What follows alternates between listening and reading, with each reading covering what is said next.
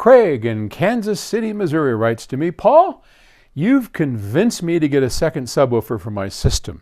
Also, as recommended, I use the high-level inputs on that subwoofer. Good job, sir.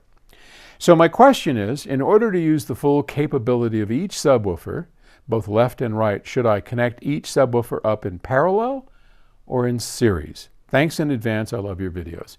Well, when I say use two subs, let's be clear.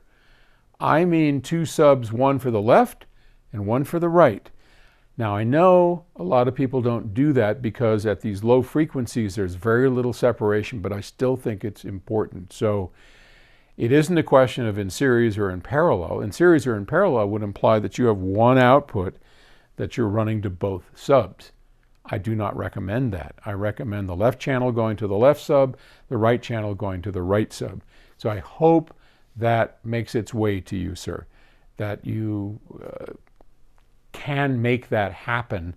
It should be pretty easy. You just take the outputs of your speakers, of your amplifier that go to your speakers, run a cable over to the high-level input, like I'm doing here, and over to this, and life should be good. So just to be clear, that's the way I recommend left and right subs for two. Now that we're here, we're in Octave Studio's control room, and I wanted to share with you these beasts that our speaker designer Chris Brunhaver made for me. These suckers, 20-inch subwoofer with a 1200 watt amplifier behind it. This is one big sub, and I got to tell you, when these things fire up, oh man, we're having a party. Now, because it's a recording studio, we can't really elevate it up to where it's like party mode, because that can be really fun when you have a sub this big in this room.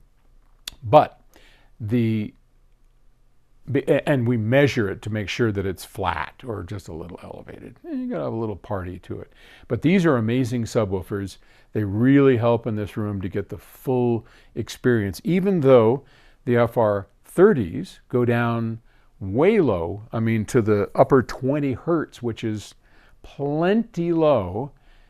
Because of the room, we have to position the subs differently, and we have to adjust them differently to make up for the room modes that deprive us of bass where we sit.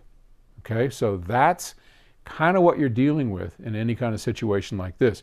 It isn't that these speakers can't do it. It's that when they do it, the room doesn't support bass, and the subwoofers placed properly and tuned properly make up for that difference. So hope that helps. Okay, thanks.